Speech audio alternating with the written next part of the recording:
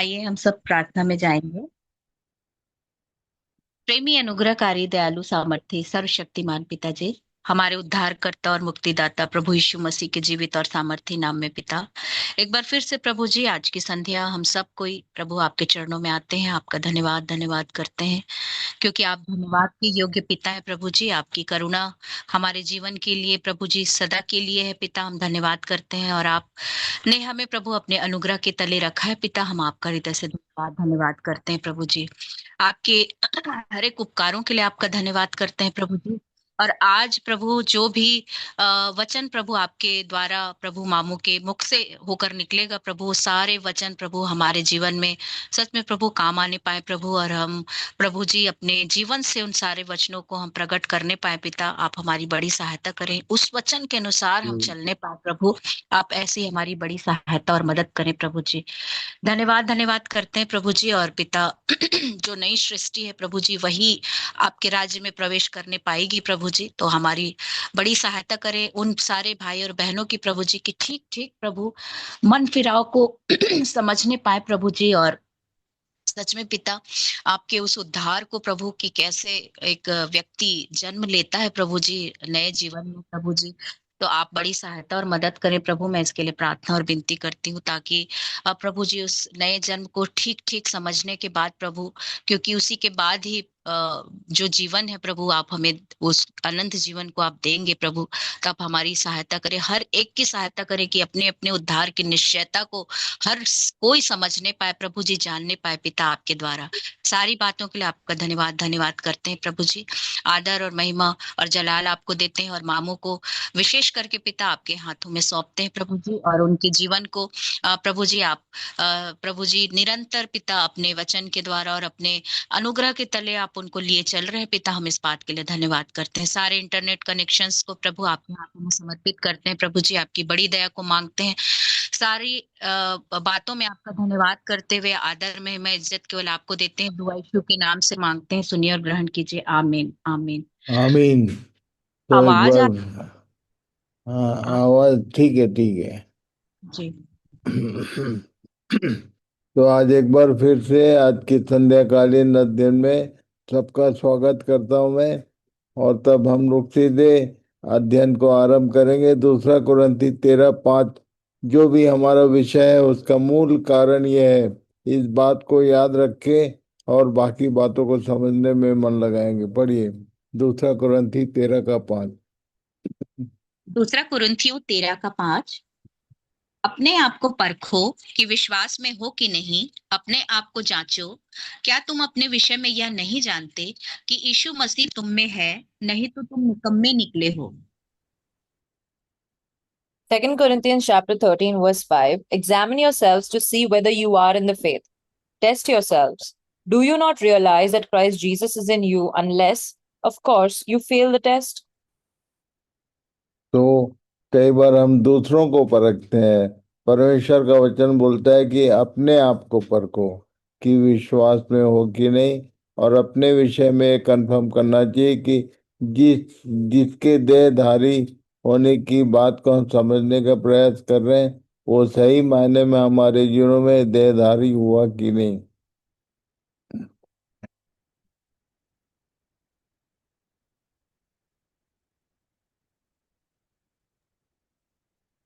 मत्ती 23 का 37।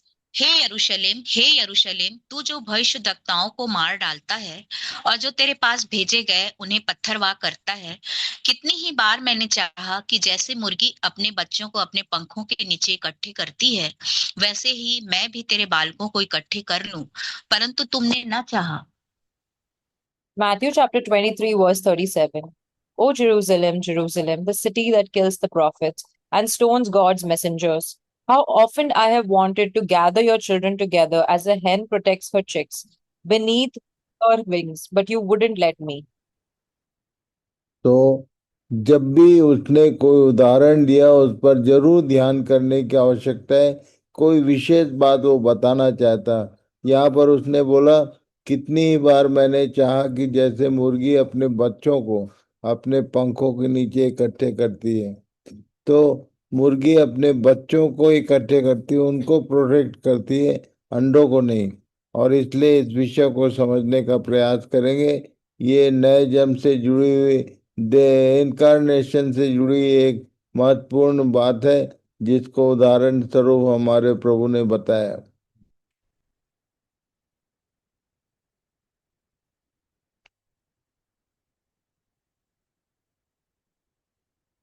Read it. प्राकृतिक जीवन चक्र, देह Natural, धारण, ये प्राकृतिक जीवन चक्र, natural life circle,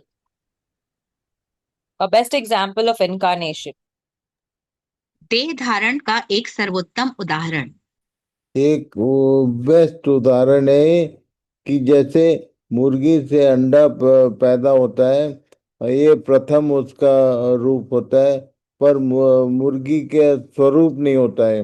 और ना ही ये चल सकता, ना इसको कुछ दिखता है।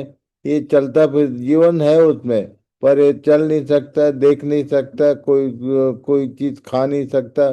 पर इसको एक प्रोसेस करना पड़ता है। जब वो प्रोसीजर पूरा होता है, तब वो अपनी माँ के स्वरूप को प्राप्त करता है। और तब वो चलेगा भी, वो उसका स्वरूप भी अपनी माँ के जैसे ही होता है। उसकी भी आंखें हैं, उसकी भी चोंच है, उसके भी पैर हैं, उसके भी पंख हैं। सो ये बेस्ट एग्जाम्पल है कि उसी मुर्गी के नीचे उसकी गर्मी से इस अंडे में एक परिवर्तन होता है। वैसे ही शारीरिक मनुष्य का जीवन भी परिवर्तित होता है परमेश्वर के वचन के प्रकाश में आने से। और इसलिए इस विषय को, इस उदाहरण को जरूर याद रखिए।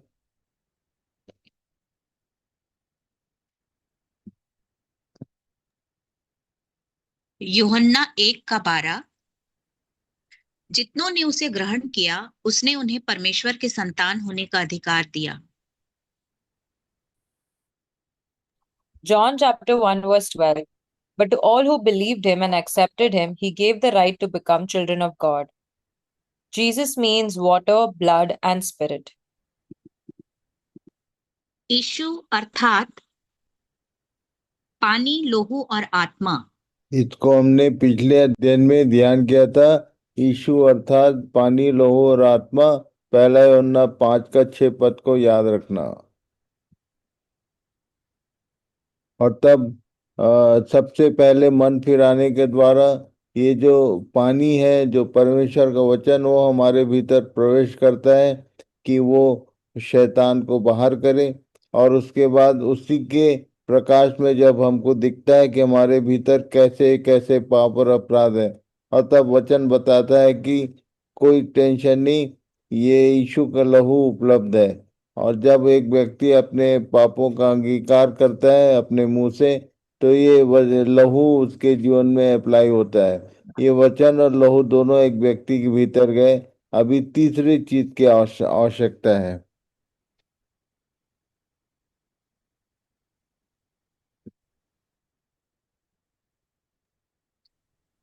प्रेरितों के काम 2:37 से 39 तक।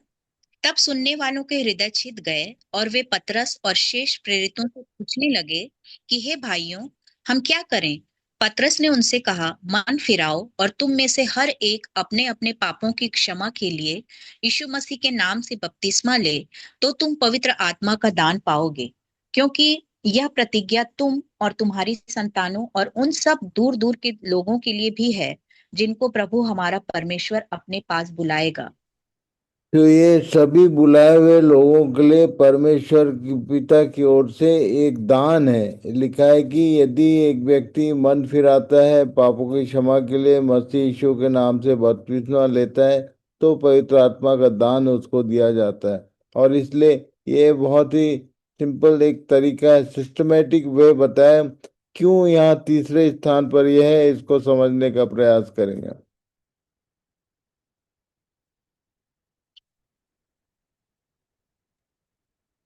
योएल 2:13, अपने वस्त्र नहीं अपने मन ही को फाड़कर अपने परमेश्वर यहोवा की ओर फिरो, क्योंकि वह अनुग्रहकारी, दयालु, विलंब से क्रोध करने वाला, करुणा निधान और दुख देकर पछताने हारा है। क्या जाने वह फिर कर पछताए और ऐसी आशीष दे। Joel chapter 2 verse 13. Rend your heart and not your garments. Return to the Lord your God, for he is gracious and compassionate, slow to anger and abounding in love, and he relents from sending calamity. तो पुराने नियम के लोग जो हैं वो बाहरी रूप से प्रकट करते हैं कि हमको हमको प्रायश्चित करते हैं। पश्चाताप को उन लोग बाहर बाहर से प्रकट करते थे, इसलिए यहाँ पर बोला बाहर से नहीं, अंदर से अपने मन ही को फाड़कर, वस्त्र नहीं, मन को फाड़कर परमेश्वर की ओर, यहोवा की ओर फिरो, और तब वो तुम पर अनुग्रह और दया करेगा।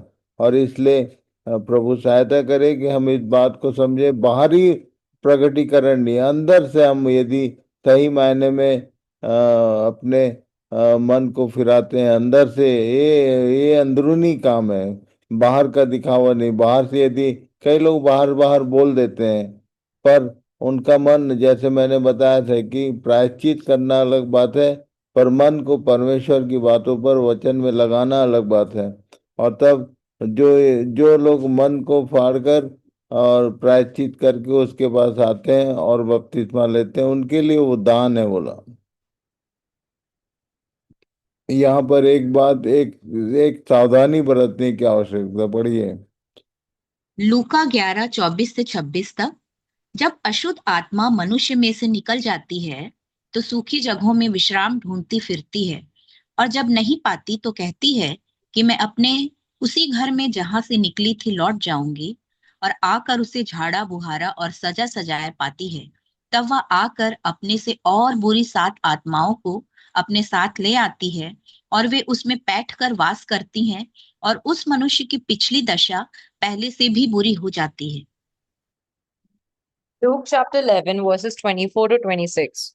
When an impure spirit comes out of a person, it goes through arid places seeking rest and does not find it.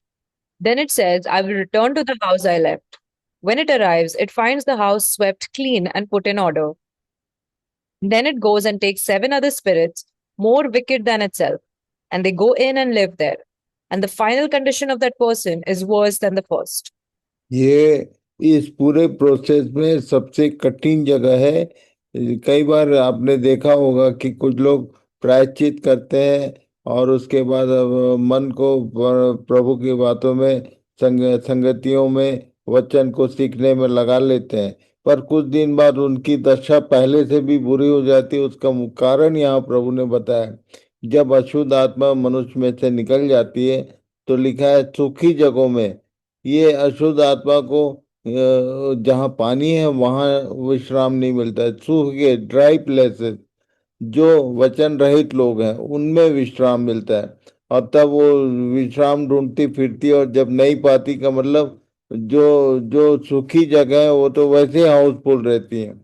और इसलिए ये बोलती है कि वापस उसी घर में जहां से निकली थी लौट जाऊंगी, और आकर उसे झाड़ा बुहारा सजा सजाया पाती है। का मतलब ये झाड़ा बुहारा सजा सजाया क्यों गया है? क्योंकि परमेश्वर का आत्मा जो पवित्र है वो आने का है।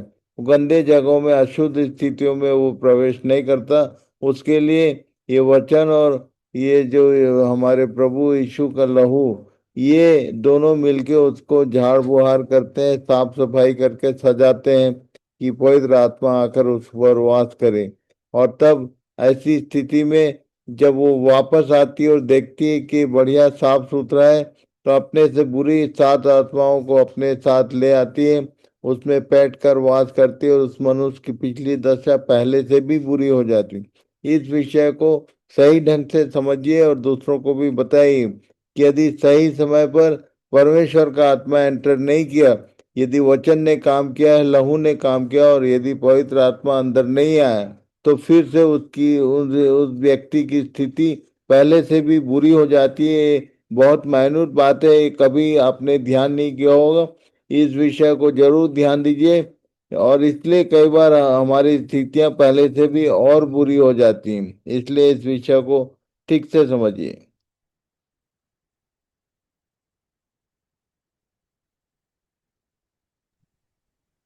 उत्पत्ति उत्पत्ति, एक हाँ पढ़ो। उत्पत्ति 1:2। गहरे जल के ऊपर अंधियारा था, तथा परमेश्वर का आत्मा जल के ऊपर मंडलाता था। Genesis chapter 1, verse 2. Now the earth was formless and empty, darkness was over the surface of the deep, and the Spirit of God was hovering over the waters. ये परमेश्वर ने आरंभ में ही इस बात को प्रकट किया कि जहां पर भी ये गहरा जल है उसके ऊपर परमेश्वर का आत्मा मंडराना शुरू करता है।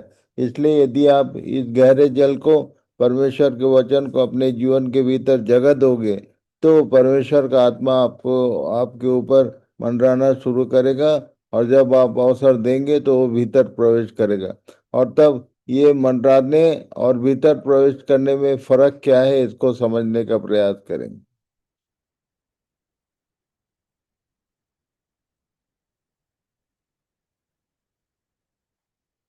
एक व्यक्ति जिसके भीतर वचन ने काम किया, ये हमारे प्रभु के लहू ने काम किया, उसके आसपास परमेश्वर का आत्मा होता है।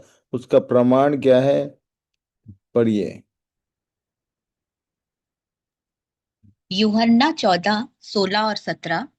मैं पिता से विनती करूंगा और वह तुम्हें एक और सहायक देगा कि वह सर्वदा तुम्हारे साथ रहे, अर्थात सत्य का आत्मा, जिसे संसार ग्रहण नहीं कर सकता क्योंकि वह न उसे देखता है और न उसे जानता है। तुम उसे जानते हो क्योंकि वह तुम्हारे साथ रहता है और वह तुम में होगा।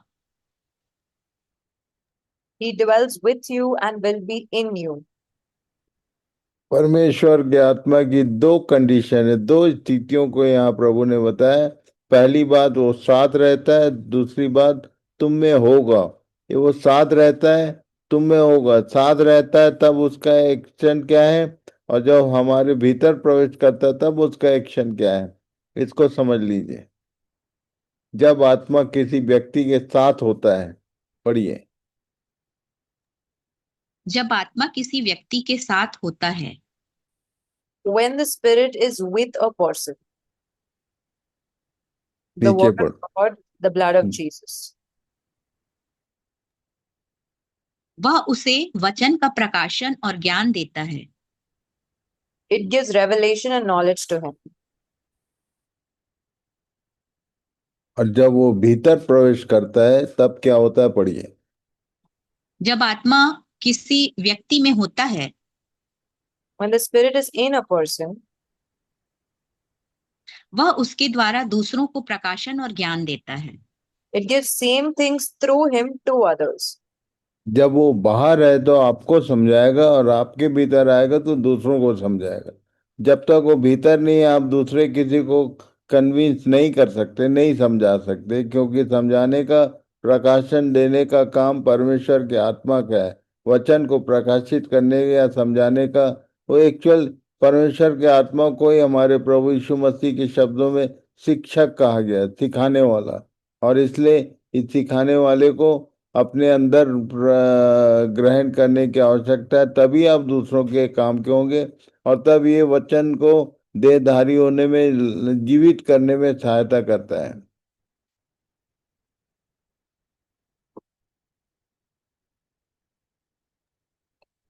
पहला पत्रस 1:3।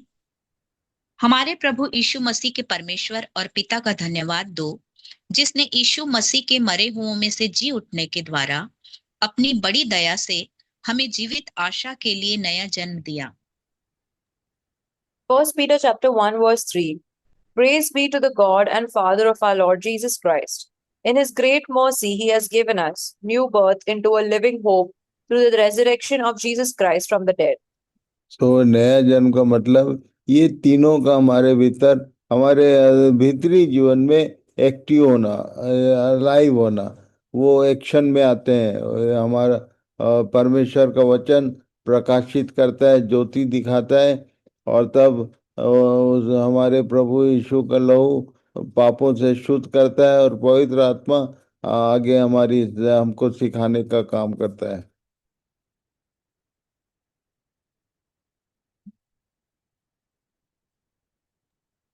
रोमियो 9:6-11 तक।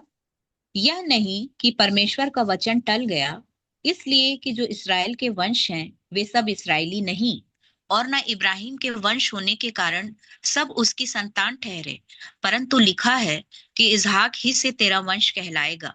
अर्थात शरीर की संतान परमेश्वर की संतान नहीं, परंतु प्रतिज्ञा के संतान वंश गिने जाते हैं, क्योंकि प्रतिज्ञा का वचन यह है कि मैं इस समय के अनुसार आऊंगा और सारा के पुत्र होगा।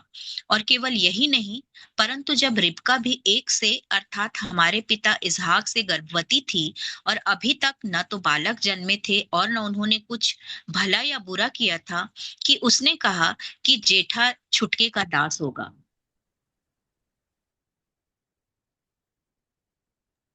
Romans chapter 9, verses 6 to 11. Well then, has God failed to fulfill his promise to Israel? No, for not all who are born into the nation of Israel are truly members of God's people. Being descendants of Abraham doesn't make them truly Abraham's children. For the scripture says, Isaac is the son through whom your descendants will be counted. Though Abraham had other children too, this means that Abraham's physical descendants are not necessarily children of God. Only the children of the promise are considered to be Abraham's children. For God had promised, I will return about this time next year, and Sarah will have a son. This son was our ancestor as Isaac.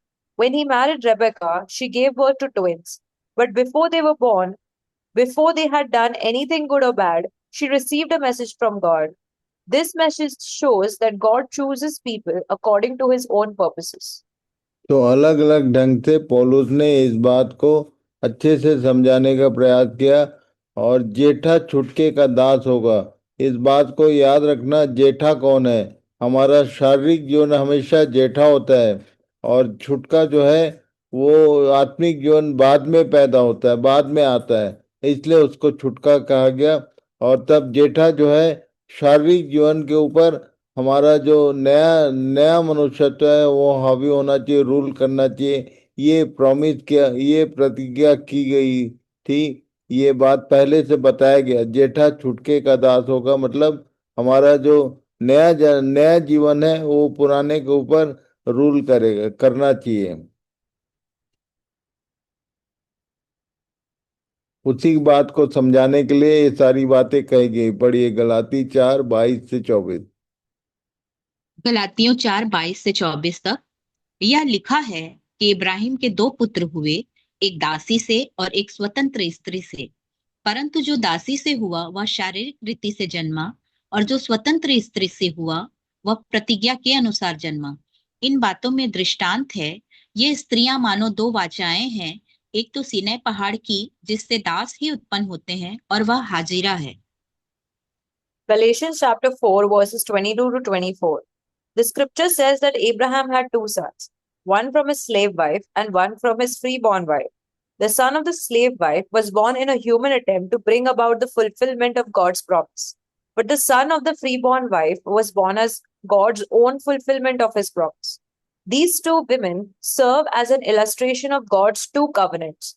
The first woman, Hagar, represents Mount Sinai, where people received the law that enslaved them. तो इस बात को समझिए, दो स्त्रियां मानो दो वाचाएं हैं।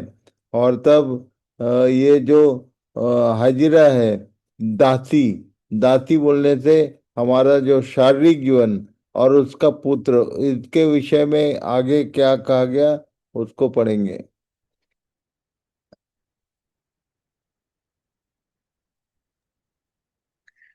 गलातियों 4:28 से 30 तक। हे भाइयों, हम इसहाक की नाई प्रतिज्ञा की संतान हैं, और जैसा उस समय शरीर के अनुसार जन्मा हुआ आत्मा के अनुसार जन्मे हुए को सताता था, वैसा ही अब भी होता है। परंतु पवित्र शास्त्र क्या कहता है? दासी और उसके पुत्र को निकाल दे, क्योंकि दासी का पुत्र स्वतंत्र स्त्री के पुत्र के साथ उत्तराधिकारी नहीं होगा। ये परमेश्वर का न्याय है। पढ़िए, yes read it. Galatians chapter 4, verses 28 to 30. And you, dear brothers and sisters, are children of the promise, just like Isaac. But you are now being persecuted by those who want you to keep the law, just as Ishmael, the child born by human effort, persecuted Isaac, the child born by the power of the Spirit. But what do the scriptures say about that? Get rid of the slave and her son, for the son of the slave woman will not share the inheritance with the free woman's son. तो अब भी होता है वैसा, मतलब कि हमारा जो शारीरिक जीवन है आत्मिक जीवन को परेशान करता है, हंसता है कि तू क्या परमेश्वर की आज्ञा के अनुसार चलेगा। ये हंसी करता सा जान पड़ा, ऐसा लिखा है। यदि आप उत्पत्ति की पुस्तक में इस इवेंट को पढ़ेंगे, ध्यान कीजिए, जरूर पढ़िए इन बातों को, क्योंकि ये सारी चीजें हमारे लिए कही गई हैं। ये उपाय ये था परमेश्वर का निर्णय कि दासी और उसके पुत्र को निकाल दे। ये दासी और उसका पुत्र है, इसको समझने का प्रयास करेंगे।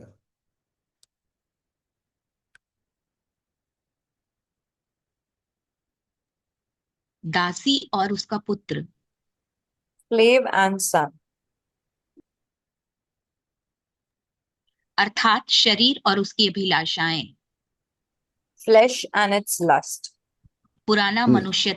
इसी को पुराना मनुष्यत्व कहा जाता है। शरीर और उसकी अभिलाषाएं, शरीर है तो अभिलाषाएं उत्पन्न होती है, इसलिए ये दासी और उसका पुत्र, ये कॉन्सेप्ट है, इसको याद रखिए। इसमें दूसरों की भी सहायता करें, खुद भी समझे। और जब तक ये यदि है तो हमारा आत्मिक जीवन वारिसाना हक कभी नहीं प्राप्त करेगा। इसको निकालना ही पड़ेगा, और इसके निकालने का उपाय क्या है, इसी बात को हम लोग ध्यान कर रहे हैं। पढ़िए। गलातियों 5:24, जो मसीह यीशु के हैं उन्होंने शरीर को उसकी लालसाओं और अभिलाषाओं समेत क्रूस पर चढ़ा दिया है। Yes, Galatians chapter 5 verse 24. And they that are Christ's have crucified the flesh with the affections and lusts. जो भी मसीह यीशु के हैं उनका, उनके लिए ये मार्गदर्शन है। उन्होंने शरीर को उसकी लालसाओं और अभिलाषाओं समेत क्रूस पर चढ़ा दिया, मतलब मार दिया। और तब जो चीज मर गया उसी को दफनाया जाना ही बपतिस्मा कहलाता है। पढ़िए। रोमियो 6:5-7 तक, क्योंकि यदि हम उसकी मृत्यु की समानता में उसके साथ जुट गए हैं तो निश्चय उसके जी उठने की समानता में भी जुट जाएंगे। क्योंकि हम जानते हैं कि हमारा पुराना मनुष्यत्व उसके साथ क्रूस पर चढ़ाया गया, ताकि पाप का शरीर व्यर्थ हो जाए, ताकि हम आगे को पाप के दासत्व में न रहें। क्योंकि जो मर गया वह पाप से छूटकर धर्मी ठहरा। Romans chapter 6 verses 5 to 7.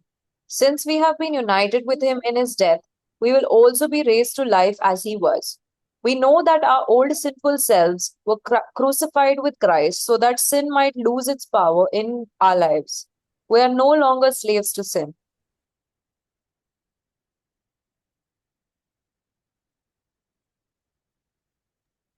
Romeo 6:3 और 4, क्या तुम नहीं जानते कि हम जितनों ने मसीह यीशु का बपतिस्मा लिया तो उसकी मृत्यु का बपतिस्मा लिया। सो उस मृत्यु का बपतिस्मा पाने से हम उसके साथ गाड़े गए, ताकि जैसे मसीह पिता की महिमा के द्वारा मरे हुओं में से जिलाया गया, वैसे ही हम भी नए जीवन की सी चाल चलें। Romans chapter 6 verses 3 to 4. Don't you know that all of us who were baptized into Christ Jesus were baptized into his death? We were therefore buried with him through baptism into death, in order that, just as Christ was raised from the dead through the glory of the Father, we too may live a new life. तो इस बात को याद रखें, सब लोग इसको गंभीरता से समझने का प्रयास करें। Baptism is not a ritual, कोई ये रीति विधि नहीं है। बैप्टिज्मा जो है that is a burial of old old nature, पुराने मनुष्य का गाड़ा जाना ही बपतिस्मा है। इसको ठीक ठीक समझ, जिन लोग नहीं समझते उनके पास नए जीवन की सी चाल नहीं हो सकती। लिखा है कि जैसे मसीह पिता की महिमा के द्वारा मरे हुओं से जिलाया गया, वैसे ही हम भी नए जीवन की सी चाल चले। मरे हुओं में से जिलाया जाना कैसे होता है, इसको भी पौलुस ने लिखा। पढ़िए। रोमियो 6:8-11 तक, सो यदि हम मसीह के साथ मर गए तो हमारा विश्वास यह है कि उसके साथ जिएंगे भी, क्योंकि यह जानते हैं कि मसीह मरे हुओं में से जी उठकर फिर मरने का नहीं, उस पर फिर मृत्यु की प्रभुता नहीं होने की। क्योंकि वह जो मर गया तो पाप के लिए एक ही बार मर गया, परंतु जो जीवित है तो परमेश्वर के लिए जीवित है। ऐसे ही तुम भी अपने आप को पाप के लिए तो मरा, परंतु परमेश्वर के के लिए मसीह यीशु में जीवित समझो।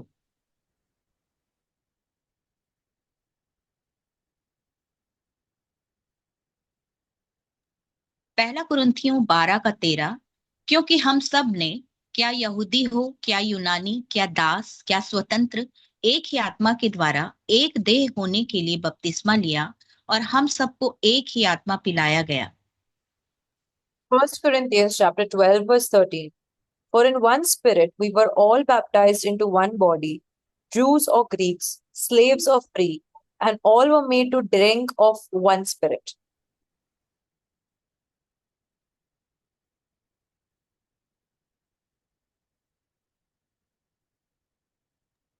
इसी तरह पवित्र आत्मा एक व्यक्ति में प्रवेश करता है। That's the way the Holy Spirit enters in a person. बपतिस्मा के द्वारा पवित्र आत्मा का को पिलाया जाता है, ये पौलुस ने समझाया। कोई भी चीज पीने से हमारे अंदर प्रवेश करती, वैसे ही पवित्र आत्मा पिलाया गया का मतलब पर पवित्र आत्मा ने एक व्यक्ति के भीतर प्रवेश किया, और जब प्रवेश किया तो उसका पहचान क्या होता है, पढ़िए। रोमियो 8:11, यदि उसी का आत्मा जिसने यीशु को मरे हुओं में से जिलाया तो तुम में बसा हुआ है, तो जिसने मसीह को मरे हुओं में से जिलाया वह तुम्हारी मरणहार देहों को भी अपने आत्मा के द्वारा जो तुम में बसा हुआ है जिलाएगा। Romans chapter 8 verse 11. If the spirit of him who raised Jesus from the dead dwells in you, he who raised Christ Jesus from the dead will also give life to your mortal bodies through his spirit who dwells in you.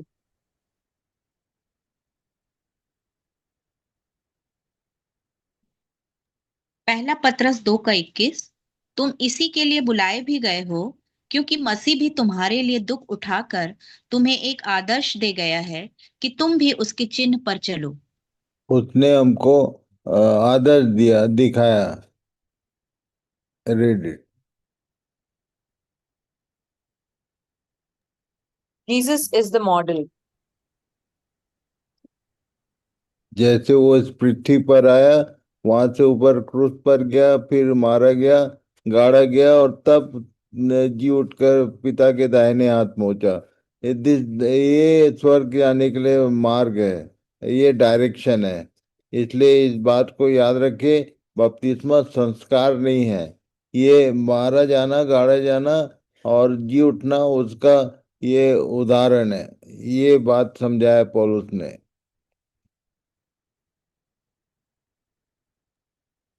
पहला पतरस 3:21, और उसी पानी का दृष्टांत भी अर्थात बपतिस्मा यीशु मसीह के जी उठने के द्वारा अब तुम्हें बचाता है। उससे शरीर के मैल को दूर करने का अर्थ नहीं है, परंतु शुद्ध विवेक से परमेश्वर के वश में हो जाने का अर्थ है।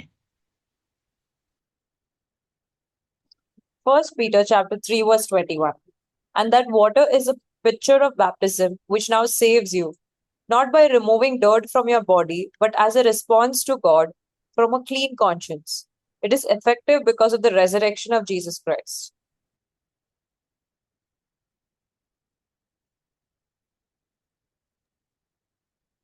यहेजकेल 16:1-4 तक। फिर यहोवा का यह वचन मेरे पास पहुंचा, हे मनुष्य की संतान, यरूशलेम को उसके सब घृणित काम जता दे और उससे कह, हे यरूशलेम, प्रभु यहोवा तुझसे यूं कहता है, तेरा जन्म और तेरी उत्पत्ति कनानियों के देश से हुई। तेरा पिता तो एमोरी और तेरी माता हित्तिन थी। तेरा जन्म ऐसे हुआ कि जिस दिन तू जन्मी पहला उस दिन न तेरा नाल काटा गया। गलातियों 6:14 और 6:6। दूसरा, न तू शुद्ध होने के लिए धोई गई। तीतुस 3:5। तीसरा, न तेरे कुछ लोन मला गया। पहला कुरिन्थियों 12:13। चौथा, न तू कुछ कपड़ों में लपेटी गई। ये गलातियों सारे 2:17। काम बपतिस्मा में ही पूरे होते हैं। नाल काटा जाना, धोया जाना, लोन मला जाना और कपड़ों में लपेटा जाना, ये सारे काम बपतिस्म में पूरे होते हैं। इसलिए केवल उसको संस्कार ना समझे कोई। पढ़िए, read it. Your cord was not cut Galatians chapter 6 verse 14 and chapter 6 verse 6. Nor were you washed with water to make you clean. Titus chapter 3 verse 5. Nor were you rubbed with salt. 1 Corinthians chapter 12 verse 30. Nor were you wrapped in cloths. Galatians chapter 3 verse 27. तो ये जो versus है इनको जरूर पढ़ लीजिए बाद में, तो ये चारों बातें ठीक ठीक समझ में आएगी। यरूशलेम जब भी शब्द आता है तो आप कम से कम, अब हम लोग कंफ्यूज नहीं होंगे। यरूशलेम बोलने से बुलाए लोगों का झुंड है, परमेश्वर की प्रजा के लिए ये बात कही जाती। और तब वो कह रहा है कि यरूशलेम को उसके सब घृणित काम जता दे। क्यों घृणित है काम? अभी तक जन्म तो हुआ, पर उसके साथ ये काम नहीं हुए, और इसलिए इन बातों को ठीक ठीक समझने का प्रयास करें।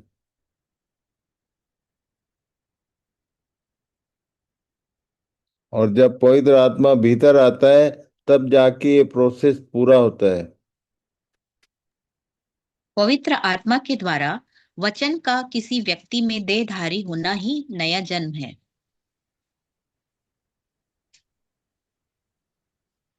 Incarnation of the Word of God, Jesus, through the Holy Spirit in a man is called new birth.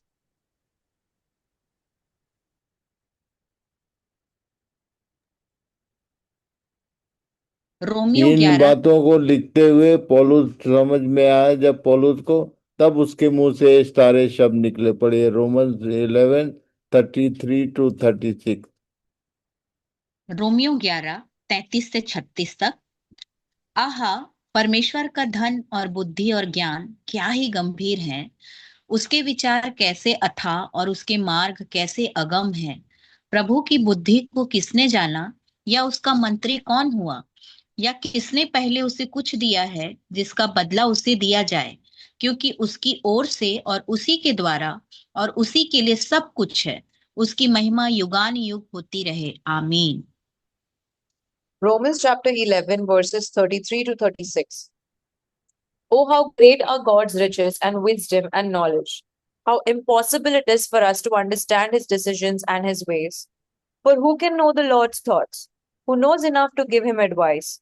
And who has given him so much that he needs to pay it back? For everything comes from him and exists by his power and is intended for his glory. All glory to him forever. Amen. तो परमेश्वर के वचन में ये जो बातें प्रकट की गई हैं वो वाकई में मनुष्य बुद्धि और ज्ञान से बाहर की बातें।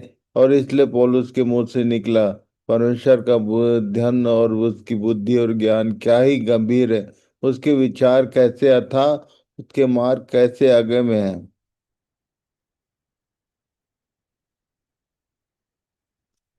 तो आज हम लोग यहीं रुकेंगे। इन बातों को ठीक से मनन कीजिए, ध्यान कीजिए, समझने का प्रयास करें, क्योंकि ये परमेश्वर की योजना है, परमेश्वर की युक्ति है हमारे जीवनों के लिए। और इस बात को दूसरों तक भी पहुंचाइए।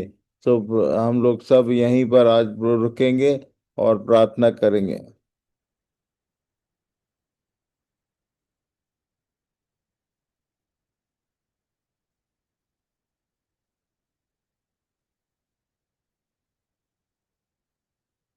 सुरेखा बहन फ्रॉम उज्जैन, जी।